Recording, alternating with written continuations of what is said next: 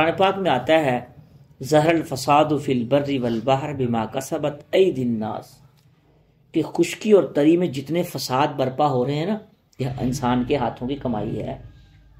تو ایک بندہ اگر ایک گناہ کرتا ہے تو اس کی گناہ کا اثر یہ نہیں کہ اس کی ذات پہ پڑے گا، اس کے گناہ کا اثر سمندر کی مچھلیوں پہ بھی پڑے گا۔ آپ اس کی تفسیر اٹھا کے دیکھ لیں، فی البر والبحر ظہر الفساد فی البر والبحر بما کسبت ایدی الناس۔ یہ ہر سال فصلیں کیوں خراب ہو رہی ہیں؟ انسان کے اعمال ہی تو ہیں جس کی وجہ سے خراب ہو رہی ہیں، ہاتھوں کی کمائی تو ہے۔ یہ رنگ برنگی بیماریاں کیسے نکلی ہوئی ہیں؟ یہ کتنے جانوروں، کتنے پرند چرند درند کتنی مشکلات میں ہیں، انسان کے اعمال کی وجہ سے ساری چیزیں مشکلات میں پڑی ہوئی ہیں۔ بنائی ساری اللہ تعالیٰ نے اب انسان کے لیے ہے، انسان نے ان کو مشکلات میں ڈال دیا الٹا، غلط حرکتیں کر کر کے۔ تو انسان کے اعمال کا اثر، وہ مجرم صرف اپنے آپ کا مجرم نہیں ہے، وہ اللہ کا مجرم نہیں ہے، وہ کائنات کی ہر چیز کا مجرم ہے۔ اگر انسان گناہ کرتا ہے لیکن اس کو شرمندگی نہیں ہوتی، توبہ نہیں کرتا، لیکن اگر توبہ کرتا ہے اندر شرمندگی ہوتی ہے، ندامت ہوتی ہے، اللہ غلطی ہوگی ہے، انسان ہو معافی دے دے، دل سے کہتا ہے، معافی ہو جاتی ہے۔ اللہ نے تو راستے بڑے آسان سے رکھے ہیں، اس کے لیے کوئی یہ تو رکھا نہیں کہ اگر ایک گناہ کر لیا اس کے لیے 1000 نفل پڑھیں گے یا 1000 روپیہ مسجد میں ڈالیں گے یا کوئی اور کام کریں گے، اتنا کوئی مشکل ہی نہیں ہے۔ کہ غریب ہے امیر ہے، سب کے لیے معافی بھی آسان ہے۔ اگر گناہ ہو گیا، غلطی ہو گئی ہے تو اندر اندر ندامت کر لے، سچے دل سے توبہ کر لے، آئندہ نہ کرنے کی وہ کرے، عزم کر لے، اللہ پاک معاف کر دیتے ہیں، معاف ہو جاتا ہے۔ تو انسان کی نیکی کا اثر بھی انسان کی ساری کائنات کے ہر چیز، پھل فروٹ، ہر چیز پہ پڑتا ہے، نیکی کا اثر بھی۔ اور گناہ کی جو بدکاری ہوتی ہے، نحوست جسے کہتے ہیں، گناہ کی نحوست بھی ہر چیز پہ پڑتی ہے۔ تو اس لیے انسان کو ذرا سوچ لینا چاہیے، یہ جو میں ملاوٹ کر رہا ہوں اس چیز میں، یا جو میں دھوکہ دے رہا ہوں، یا میں چوری کر رہا ہوں، یا آنکھ کی خیانت کر رہا ہوں، ہاتھ کی خیانت کر رہا ہوں، زبان کی خیانت کر رہا ہوں، دل دماغ کی خیانت کر رہا ہوں، جہاں جہاں میں نے کمیاں کی ہوئی ہیں، تو اس کے لیے میں آسان ٹوٹکا بتلاتا ہوں، بھائی وہ کام کر لیں، 2 منٹ کا کام ہے، انشاءاللہ ساری زندگی سیدھی ہو جائے گی۔ بعض اوقات 2 لفظ انسان کی زندگی بدل دیتے ہیں۔ وہ کیا ہے؟ وہ آسان کام ایک محاسبہ ہے، ایک مراقبہ ہے۔ محاسبہ کیا ہے؟ جیسے ہم اپنا بینک بیلنس چیک کرتے ہیں، اپنے گھر کے خرچے چیک کرتے ہیں، اپنا مہینے کی سیلری جو آتی ہے اس کے چیک کرتے ہیں، میں نے کہاں کہاں لگانے ہیں، کتنے لگانے ہیں، آج صبح سے شام تک میں نے کہاں کہاں خرچ کیا ہے، کتنا خرچ کیا ہے۔ ساری زندگی کے لیے لیول سیدھا رکھتے کہ نہیں رکھتے؟ اپنے اعمال کا بھی محاسبہ کرنا شروع کر دیں، احتساب کرنا شروع کر دیں، جانچ پڑتال کرنی شروع کر دیں۔ سادے لفظوں میں بھی، صبح سے میں نے کوئی جھوٹ تو نہیں بولا، صبح سے میں نے کوئی بددیانتی تو نہیں کی، صبح سے میں نے کسی کے ساتھ کچھ زیادتی تو نہیں کی، صبح سے میں نے کوئی آنکھ کی خیانت تو نہیں کی، صبح سے میں نے کسی کے بارے میں کوئی برا تو نہیں سوچا۔ سارے دن کی کا محاسبہ کرے، جب کر لیا اگر غلط کام ہو گئے تو اللہ سے معافی مانگ لیں، یا اللہ آج میں نے سارے دن میں یہ کام کیے ہیں، موت پتہ نہیں کب آ جانی ہے، یا اللہ مجھے معاف کر دے۔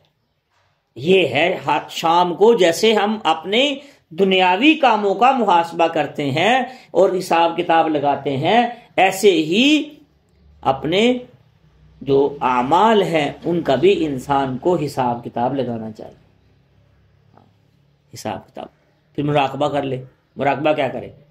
بھائی ایک وقت ہوگا، میرے پہ بھی آنا ہے، سب پہ آیا ہے، آ رہا ہے، ایک وقت ہوگا۔ اب میرا راستہ قبرستان میں کتنا ہے؟ 1 دن کا راستہ ہے، 1 رات کا راستہ ہے، 1 چند مہینوں کا ہے یا چند سالوں کا ہے۔ دوسرا مراقبہ اسے کہتے ہیں، سوچے مثال کے طور پر میں فوت ہو گیا ہوں، اب کہ اعلانات ہو گئے ہیں مساجد میں، رشتہ داروں میں فون چل گیا، بھائی پھر کیا ہو گیا؟ اچھا کپڑے اتار لیے گئے ہیں، ATM کارڈ بھی نکال لیے گئے ہیں، بینک بیلنس دوسروں کے ہاتھ میں چلا گیا، کوٹھی بنگلے میں وراثت شروع ہو گئی ہے، پلاننگ شروع ہو گئی ہے، بچے آئیں گے، چند لوگ آئیں گے، اکٹھے ہوں گے، کیا ہوا؟ سبب پوچھیں گے، موت آ گئی، مر گئے، فوت ہو گیا جی۔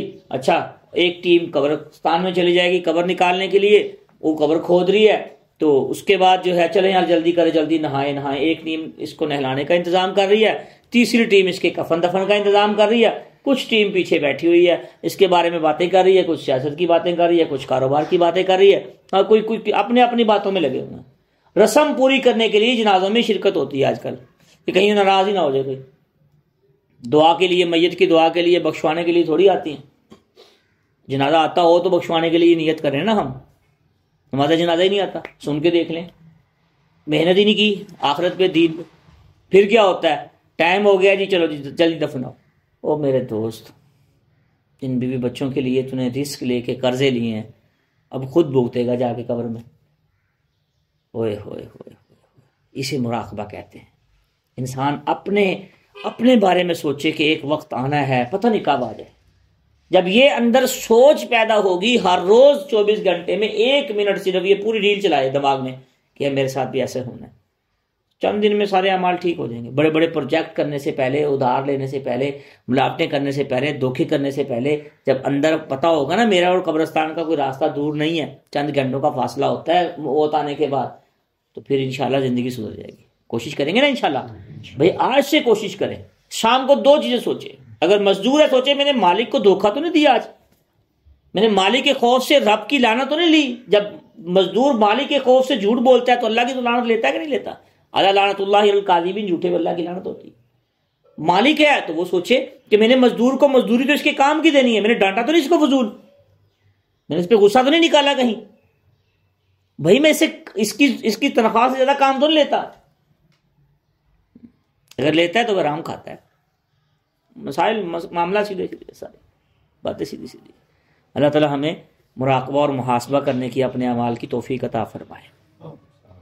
ثم قست قلوبکم، آگے یہی آیات آ رہی ہیں کہ ان کے یہ ساری مثالیں دیکھ کے، مردے کو زندہ دیکھ کے، اللہ کی ساری نعمتیں دیکھ کے ان کے دل اتنے سخت ہو گئے ہیں. پتھر سے بھی اللہ مثال دے رہے ہیں.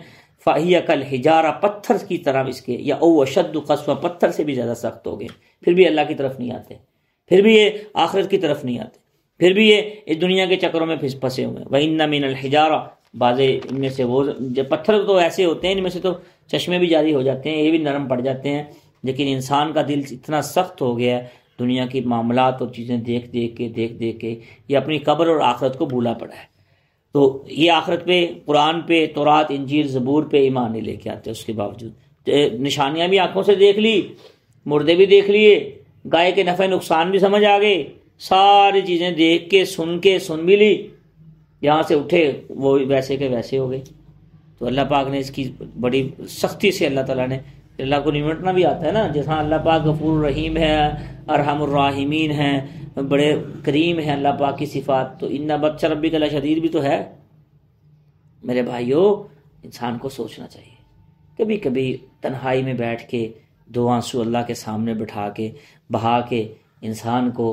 بخاری شریف کی روایت ہے، رسول اللہ صلی اللہ علیہ وسلم نے فرمایا، اس کا مفہوم یہ ہے کہ جس طرح اونٹ کے تھنوں میں اونٹ کی مثال دی، دودھ واپس نہیں جا سکتا، اس طرح اللہ تعالیٰ جو جس انسان کی آنکھوں سے اللہ کے خوف سے یا اللہ کی محبت سے آنسو نکلے ہوئے ہیں، وہ انسان ایسے جہنم میں نہیں جا سکتا. کبھی کبھی تنہائی میں بیٹھ کے انسان اللہ تعالیٰ کے سامنے آنسو بہا لے، لیکن اس کا مطلب یہ نہیں ہے کہ 2 دن بعد 3 دن بعد آنسو بہا لے اور کرے جو مرضی، یہ مطلب نہیں اس کا. ہاں، آنسو بہانے کا مطلب یہ ہے کہ ان آنسو کی لاج بھی رکھے. بعد میں یہ نہ کہ لیکن اگر کوئی پھر بھی غلطی ہو جائے، انسان ہے، معافی مانگ لے. راستہ تو موت تک کھلا ہے، میدان تو موت تک ہے بھائی.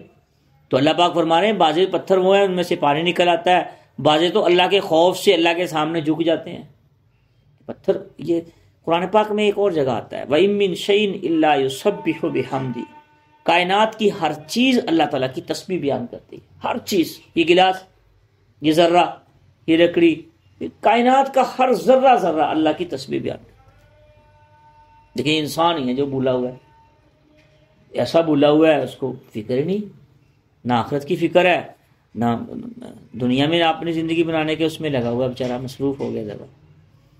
وَمَا اللَّهُ بِغَافِلٍ عَمَّا تَعْمَلُونَ، اللہ تعالیٰ جو غافل ہے نا، اللہ جانتا ہے ان کاموں سے جو تم کرتے ہو، اللہ غافل نہیں ہے. وَمَا اللَّهُ بِغَافِلٍ عَمَّا تَعْمَلُونَ، تمہاری آنکھ تمہارے صبح سے شام تک، شام سے صبح تک، تمہاری سوچ، تمہارا دل، تمہارا دماغ، تمہاری چال چلن، تمہارا رہن سہن، تمہارا اٹھنا بیٹھنا، اس کے لیے قرامن کاتبین یعلمون ما تفعلون، ما یلفظ من قول الا لدیہ رقیب عتید. بھئی اتنا ترجمہ تو کم از کم پڑھ لیں کہ ان آیات کا ترجمہ ہی سمجھ میں آ جائے. کوشش کیا کریں کہ گھر میں ترجمے والے قرآن پاک رکھیں، لیکن وہ قرآن پاک رکھیں کسی عالم سے مشورہ کر کے، رکھ کے ذرا ترجمہ پڑھا، یہ قرآن پاک ہم سے کیا مخاطب۔ ایک دفعہ تو ہر انسان کو کم از کم ترجمے کے ساتھ قرآن پاک پڑھنا ہی اتنا حق ہے۔ اتنی ڈگریاں ہم حاصل کر لیتے ہیں، لیکن قرآن پاک اتنی بڑی کتاب ہے، اس کی طرف توجہ ہی نہیں ہے ہماری۔ اللہ اکبر۔ اللہ پاک آگے فرما رہے ہیں کہ تم ان سے توقع کرتے ہو یہ ایمان لے آئیں گے؟ یہ تو ان میں سے بعض فریق ایسے ہیں سننے کے باوجود، سمجھنے کے باوجود پھر بھی تحریف کر دیتے ہیں، اپنے مطلب کی باتیں نکال لیتے ہیں۔ قرآن کا ذمہ اللہ نے نہ لیا ہوتا، اِنَّا نَحْنُ نَزَّلْنَا الذِّكْرَ وَإِنَّا لَهُ لَحَافِظُونَ، تو اس امت نے کیا حال کرنا تھا؟ قرآن پاک وہ آپ سب کے سامنے ہے، کیا حالت کرنی تھی اس قرآن پاک کی؟ اس تو اللہ کا شکر اللہ تعالیٰ نے اپنے ذمہ لے لیا، قرآن کی حفاظت اپنے ذمہ لے لی، ورنہ انہوں نے پتہ نہیں کیا حالت کرنی تھی اس کی۔ تو بھائیو اس پہ ہمیں شکر ادا کرنا چاہیے۔ اگر ہم رسول اللہ صلی اللہ علیہ وآلہ وسلم کی امت کی میں نہ ہوتے اور اللہ کے نبی پاک کی دعائیں نہ ہوتی ہمارے ساتھ، تو ہم سور اور خنزیر سے بھی بدتر ہو چکے ہوتے۔ جتنے اعمال پچھلی امتوں نے، کسی نے وہ کونوا قردۃ خاسئین، ذلیل و خوار بندر ہو جاؤ، بھی پڑھا نہیں پیچھے؟ تو پچھلی قوموں کے اعمال دیکھیں، وہ ساری قوموں کے اعمال اس امت میں پائے جا رہے ہیں، لیکن دعائیں دیں، درود شریف پڑھیں، اللہ اکبر، سرکار دو عالم صلی اللہ علیہ وسلم کو دعائیں دیں، اللہ تعالیٰ نے، اور اللہ تعالیٰ کا شکر ادا کریں جس نے ہمیں اس امت میں پیدا کر دیا بغیر کہنے کے۔ اگر ہمارے آقا نامدار صلی اللہ علیہ وسلم نے دعائیں نہ کی ہوتی اور ہماری امت کے سردار نہ ہوتے نبی پاک صلی اللہ علیہ وسلم، تو ہم کب کے پتہ نہیں کیا کچھ بن چکے ہوتے۔ ساری امتوں کی ساری کمیاں، پھر بھی اس امت کو اللہ تعالیٰ تعریف کر رہے ہیں، کنتم خیر امہ اخرجت للناس، تم بہترین امت ہو، اللہ پاک پھر بھی تعریف کر رہے ہیں۔ محبت کا تقاضا دیکھیں۔ تو بھائی اگر باپ شفقت اور محبت سے بیٹے سے پیار کر کے اس کو کچھ القابات یا اس کو کچھ چیزیں دیتا ہے، تو بیٹے کا بھی حق بنتا ہے کہ وہ اپنے باپ کی محبت کی لاج رکھے۔ تو وہ تو ہمارا رب ہے، وہ ہم سے کتنی محبت کرتا ہے، اس نے ہمیں اتنی چھوٹ دی ہوئی ہے بھائی۔ کبھی اس نے ہمارے سانس کا ٹیکس لیا ہے؟ کبھی آنکھوں کا بل آیا ہو؟ کبھی دل دماغ کا بل آیا ہو؟ وہ اتنی محبت کرتا ہے، ہر چیز کو ہمارے لیے لگایا ہوا ہے کام کرنے کے لیے۔ سورج کس کے لیے کام کر رہا ہے؟ انسان کے فائدے کے لیے کر رہا ہے۔ یہ شہد مکھیاں کس کے لیے بنا رہی ہیں؟ انسان کے لیے بنا رہی ہیں۔ پوری بھینس دودھ اپنے لیے دیتی ہے، انسان کے لیے دیتی ہے۔ کبھی غور و فکر کیا ہے ہم نے ان ساری چیزوں میں، ساری کائنات میں؟ کبھی غور و فکر کی؟ ایک 5 فٹ کے انسان کے لیے اللہ نے اتنی بڑی کائنات کو اس کے خدمت کے لیے لگا دی، اور اپنے پھر بھی انسان شرک کرے تو ڈوب مرنا چاہیے۔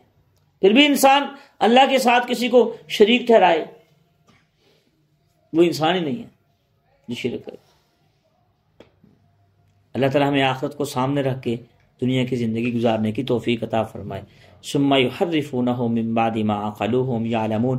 یہ تحریف صرف پچھلی کتابوں میں نہیں، اس کتاب میں بھی کرنے کی کوشش کرتے ہیں۔ بہت سے لوگ ایسے ہیں جو قرآن پاک کے رنگ برنگے ترجمے، مطلب، تفسیریں، حدیثیں جو اپنے مطلب کی ہے وہ بات نکال کے، بھائیو جو علماء نے آپ کو بتلا دیا، مفسرین نے، محدثین نے، فقہاء نے، صحابہ اکرام نے، تابعین نے، تبع تابعین نے، اگر اسی پہ چلیں گے پھر تو کامیاب ہو جائیں گے، لیکن اگر اپنی مرضی کے مطلب نکالیں گے تو یہ بھی تحریف ہے قرآن میں۔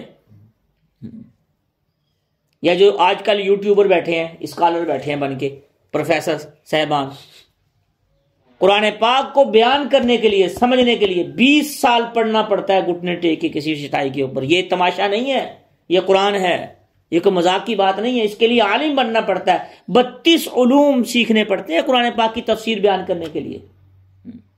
درس نظامی ہوتا ہے 8 سال کا، اس کے ساتھ آپ نے 3 سال پہلے بنیاد بنانی ہے، عربی سمجھنی ہے، سیکھنی ہے، اور مختلف زبانیں سیکھنی ہے، علم الکلام سیکھنا ہے، علم المعانی سیکھنا ہے، اور اس کے ساتھ ساتھ قرآن پاک، تفسیر، اصول تفسیر، اس کے بعد حدیث، اصول حدیث، یہ ساری چیزیں سیکھ کے اس کے بعد فقہ پہ آئیں گے۔ اس کے بعد یہ بڑی لمبی فہرست ہے، علم المنطق بھی ہے اس کے اندر۔ 32 علوم سیکھ کے قرآن پاک کی تفسیر سمجھ میں آتی ہے، پھر بیان کی جاتی ہے، نہ کہ کوئی بندہ یوٹیوب چینل بنا لے اور اچھی واسکٹ پہن لے، اچھی چشمہ لگا لے اور لوگوں کو قرآن کھول لے، اس کو الف سے با نہیں آتا۔ بہت سے لوگ ہیں، میں مثالیں دے سکتا ہوں بہت سے لوگوں کے، خالی پروفیسر ایم اے اسلامیات کر لیا، قرآن بیان کرنا شروع کرتے ہیں، پھر اتنی بڑی بڑی غلطیاں کرتے ہیں، خود بھی ذلو فاضلو، خود بھی گمراہ ہو رہے ہیں، لوگوں کو بھی گمراہ کر رہے ہیں۔ یہ کوئی قرآن پاک ہے اگر MBBS ڈاکٹر بننے کے لیے آپ کسی کی آنکھ کا آپریشن کرنے کے لیے 16 سال پڑھ کے اس کے بعد بھی آئی اسپیشلسٹ نہیں بنیں گے تو آپ کو آنکھ کے آپریشن کرنے کی اجازت ہوتی ہے؟ نہیں ہوتی، اس کے لیے اسپیشل کورسز کرنے پڑتے ہیں۔ تو آج کل آپ دیکھ لیں ہر بندہ دین کا ٹھیکیدار بن کے دین میں تحریف کرنے کے چکر میں پھر رہا ہے اپنی زندگی۔ رسول اللہ صلی اللہ علیہ وسلم نے فرمایا من کذب علی متعمدا فلیتبوأ مقعدہ من النار، کہ جس نے ایک بات بھی دین میں نہیں نکالی، جھوٹ باندھا، نئی بات نکالی یا جھوٹ باندھا میرے اوپر، فلیتبوأ مقعدہ من النار، اپنا ٹھکانہ جہنم میں بنا لے۔ یہ کتنی باتیں ہو رہی ہوتی ہیں۔ تو بھائیو، میں بہت سے اسکالر ایسے دنیا میں گزرے جن سے بڑا امپریس ہوا ہوں، بہت سے، لیکن ان سے نہیں ہوتا جو عالم نہیں ہوتے، خالی پروفیسر ہوتے ہیں، قرآن پاک کا پتہ نہیں ہوتا، سورۃ فاتحہ کا ترجمہ صحیح طریقے سے نہیں آتا، ان کی گرامر کا پتہ نہیں ہوتا، تو وہ قرآن کے ترجمے کر رہے ہوتے ہیں، تفسیریں بیان کر رہے ہوتے ہیں، عقل کی باتیں اس میں بیان کر رہے ہوتے ہیں۔ دین اور شریعت عقل کا نام نہیں ہے، دین اور شریعت پابندی اور شریعت کا نام رسول اللہ صلی اللہ علیہ وسلم لے کے آئے ہیں۔ اللہ تعالیٰ ان تمام باتوں پہ عمل کرنے کی توفیق عطا فرمائے۔